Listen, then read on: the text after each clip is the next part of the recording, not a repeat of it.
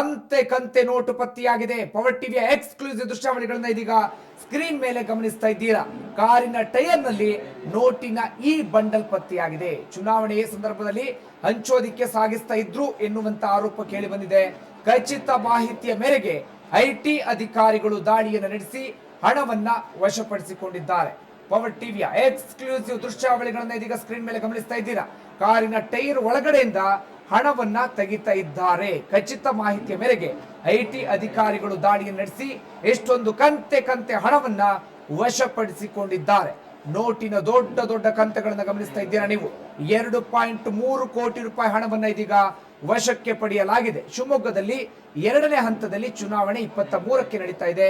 ಹೀಗಾಗಿ ಚುನಾವಣೆಯ ಸಂದರ್ಭದಲ್ಲಿ ಹಂಚೋದಿಕ್ಕೆ ತೆಗೆದುಕೊಂಡು ಹೋಗಲಾಗ್ತಾ ಇತ್ತು ಎನ್ನುವಂತ ಆರೋಪ ಇದೀಗ ಕೇಳಿ ಬಂದಿದೆ.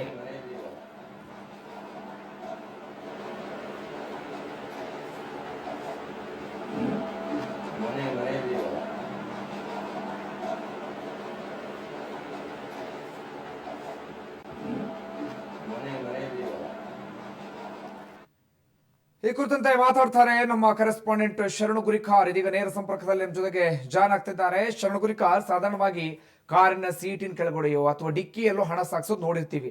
ಆದ್ರೆ ಸ್ವಲ್ಪ ವಿಚಿತ್ರ, ಕಾರಿನ ಟೈರ್ ನಲ್ಲಿ ಸಾಗಿಸ್ತಾ ಇದ್ರು. ಸದ್ಯ ಐಟಿ ಅಧಿಕಾರಿಗಳು ದಾಳಿ ನಡೆಸಿ ವಶಪಡಿಸಿಕೊಂಡಿದ್ದಾರೆ. ಒಟ್ಟಾರೆ ಅಪ್ಡೇಟ್ಸ್ ಏನಿದೆ ಶರಣು? ಎಸ್ ಸುಬ್ರಹ್ಮಣ್ಯ, ಏನು ಇದೇ ತಿಂಗಳು 23ನೇ ತಾರೀಕು 2ನೇ ಹಂತದ ಚುನಾವಣೆ, ಲೋಕಸಭಾ ಚುನಾವಣೆ ನಡೆಯುತ್ತೆ. ಆ ಹಿನ್ನೆಲೆಯಲ್ಲಿ ರಾಜಕಾರಣಿಗಳು ಏನೆಲ್ಲ ಪ್ರಯತ್ನ ಪಡ್ತಾ ಇದ್ದಾರೆ ನೋಡಿ, ಜನಗಳಿಗೆ ಹಣ ಹಂಚಲು.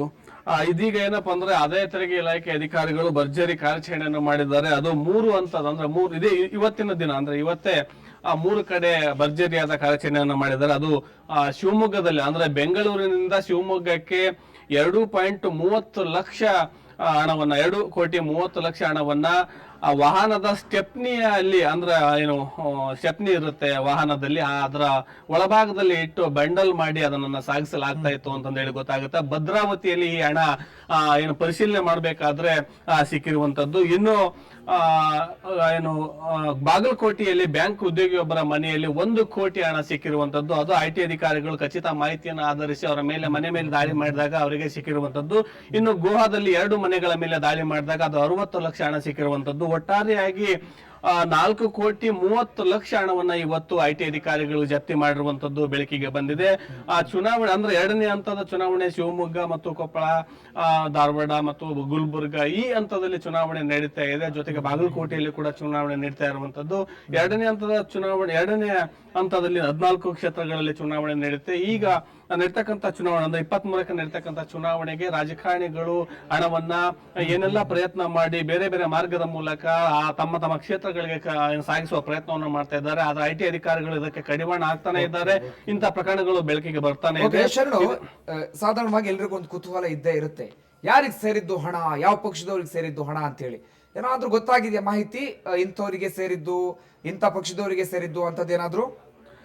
ಎಸ್ ಸುಬ್ರಹ್ಮಣ್ಯ, ಈ ಬಗ್ಗೆ ಖಚಿತವಾಗಿ ಐಟಿ ಅಧಿಕಾರಿಗಳು ಕೂಡ ಮಾಹಿತಿಯನ್ನ ನೀಡಿಲ್ಲ. ಜೊತೆಗೇನಪ್ಪ ಅಂತಂದ ಹೇಳಿದ್ರೆ ಯಾರ್ದು ಅಂತಂದ ಹೇಳಿ ಐಟಿ ಅಧಿಕಾರಿಗಳು ಪ್ರಾರಂಭದಲ್ಲಿ ಯಾರು ಕೂಡ ಮಾಹಿತಿಯನ್ನ ಬಿಡಲ್ಲ. ಹಾಗಾಗಿ ಈ ಹಣ ಯಾರ್ದು ಅನ್ನೋದು ಇಲ್ಲಿವರೆಗೆ ಗೊತ್ತಾಗಿಲ್ಲ. ಶಿವಮೊಗ್ಗದಲ್ಲಿ ನಡೀತಕ್ಕಂತ ಚುನಾವಣೆ ಅಸಹಜವಾಗಿ ರಾಘವೇಂದ್ರ ಮತ್ತು ಮಧು ಬಂಗಾರಪ್ಪ ಅವರ ಮಧ್ಯದಲ್ಲಿ ನಡೀತಾ ಇದೆ. ಈ ಇಬ್ಬರಿಗೆ ಸಂಬಂಧಿಸಿದ ಹಣ ಆಗಿರ್ಬೋದು ಅಂತಂದೇಳಿ ನಾವು ಊಹಿಸಬಹುದೇ ಹೊರತಾಗಿ ಇಂಥವ್ರದ್ದು ಅಂತಂದ ಹೇಳಿ ಖಚಿತವಾಗಿ ಹೇಳಲು ಸಾಧ್ಯವಿಲ್ಲ. ಒಟ್ಟಾರೆಯಾಗಿ ಐಟಿ ಅಧಿಕಾರಿಗಳು ಈ ಬಗ್ಗೆ ಪರಿಶೀಲನೆ ನೀಡ್ತಾ ಇದ್ದಾರೆ ಮತ್ತು ಕೆಲವೊಂದು ವ್ಯಕ್ತಿಗಳು ಏನು ಹಣವನ್ನು ಸಾಗಿಸ್ತಕ್ಕಂತ ವಾಹನ ಚಾಲಕನನ್ನು ಈಗಾಗಲೇ ವಶಕ್ಕೆ ಪಡೆದಿದ್ದಾರೆ, ವಿಚಾರಣೆಯನ್ನು ಮಾಡ್ತಾ ಇದ್ದಾರೆ. ಅದಾದ ಬಳಿಕ ಯಾರ್ದು ಅಂತಂದೇಳಿ ಸತ್ಯಾಸತ್ಯತೆ ತಿಳಿಯಲಿದೆ ಸುಬ್ರಹ್ಮಣ್ಯ. ಅಲ್ಲಿವರೆಗೂ ಇದು ಯಾರ್ದು ಹಣ ಅಂತಂದೇಳಿ ಅಲ್ಲಿವರೆಗೂ ಗೊತ್ತಾಗೋದಿಲ್ಲ. ಬಳಿಕ ಐಟಿ ಅಧಿಕಾರಿಗಳು ಈ ಬಗ್ಗೆ ಸ್ಪಷ್ಟನೆಯನ್ನ ನೀಡ್ತಾರೆ. ಓಕೆ ಶರಣಗುರಿಕಾರ್, ಥ್ಯಾಂಕ್ ಯು ತಮ್ಮೆಲ್ಲ ಇನ್ಫಾರ್ಮೇಶನ್ ಗಾಗಿ. ಒಟ್ಟಾರಾಗಿ ಪವರ್ ಟಿವಿ ಸ್ಕ್ರೀನ್ ಮೇಲೆ ಇದೀಗ ಎಕ್ಸ್ಕ್ಲೂಸಿವ್ ದೃಶ್ಯಾವಳಿಗಳನ್ನ ಗಮನಿಸ್ತಾ ಇದ್ದೀರಾ. Very interesting.